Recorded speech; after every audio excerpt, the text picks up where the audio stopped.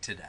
It's 7 minutes to 9. Thanks for watching. You're with us on Breakfast. Now, the issue of migrants coming to Britain to seek refuge has been in the news recently, and now a new play aims to highlight the difficulties that asylum seekers face when they first arrive in this country. Featuring a cast from 3 different continents, including those who've gone through the process, Welcome to the UK takes a satirical look at the migrant experience. Director Sophie Bess and Bara Halabia, a performer and refugee, joins us now. Good morning to you both. Good morning. Good morning. Sophie, what do you hope that people will get out of this play?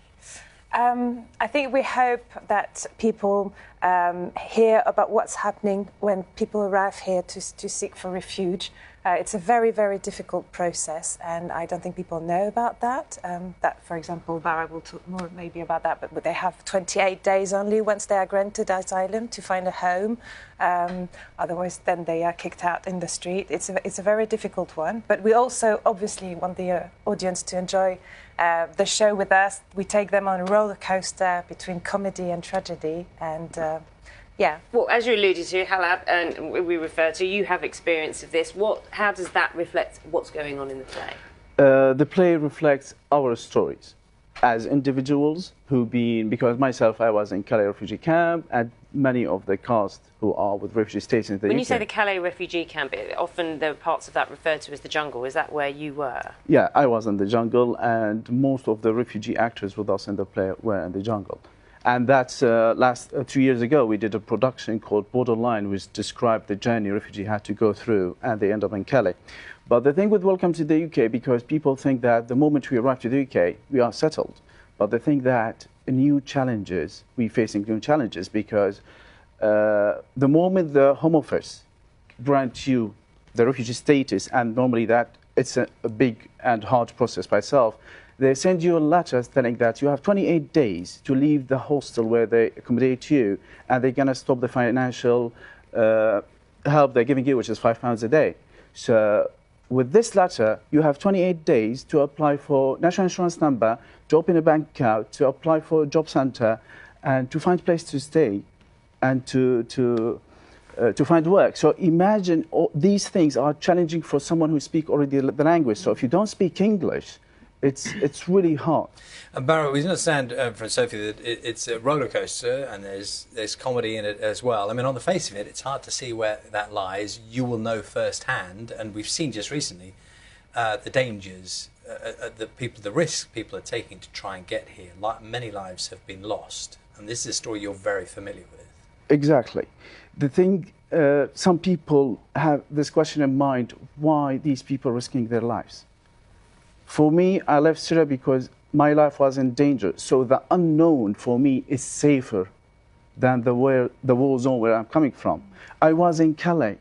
I saw and I lived how the French police were so violent toward us.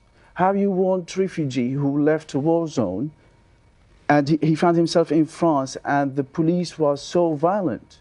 I didn't leave dictatorship, violent police to find myself in another one. And you were a victim of that yourself, were you? Yes. Really? Sophie, how do you make this entertaining? How do we make a comedy out of it? So that was a choice I made after giving workshop in the Calais jungle. I saw so much positive things that people never talk about. We always feel a lot of fear or pity for refugees, but we don't know how resilient they are. That they have obviously great sense of humour, they're great talent, musicians, singers. So I wanted people to know about that, and I guess I wanted to try to throw a bridge with the audience thanks to humour, because laughing together is something that brings people together. I don't think fear is going to lead us anywhere. It's just going to pull us apart a bit more. There's quite a lot of polarising going on at the moment in terms of politics more generally, extreme views on either side. Do you think people are open to the idea of hearing the story told in a different way? Well, so far with Borderline, but we were very lucky. We started only at the Cockpit Theatre. We were meant to have 2 performances as part of the Voila Festival. And we ended up having a 2-year tour that took us all the way to India. So far, so good. And I'm thinking, Bara, I mean, when you're on stage and you're performing and you're seeing people hearing and responding to the story, I mean, given what you've been through, it must be, it must be very emotional being up there. It's so emotional. And to be honest, the feedback when you talk to the audience afterwards, it's amazing. And even when you see refugees among the audience and come to you and shake your hand and say, thank you, you're representing me. And that's for me in personal or the other refugee performance with us, that we not only representing our stories, we are representing the stories of everyone who were not able to be on stage and tell his story. So we're trying to tell everyone's story with refugee stage.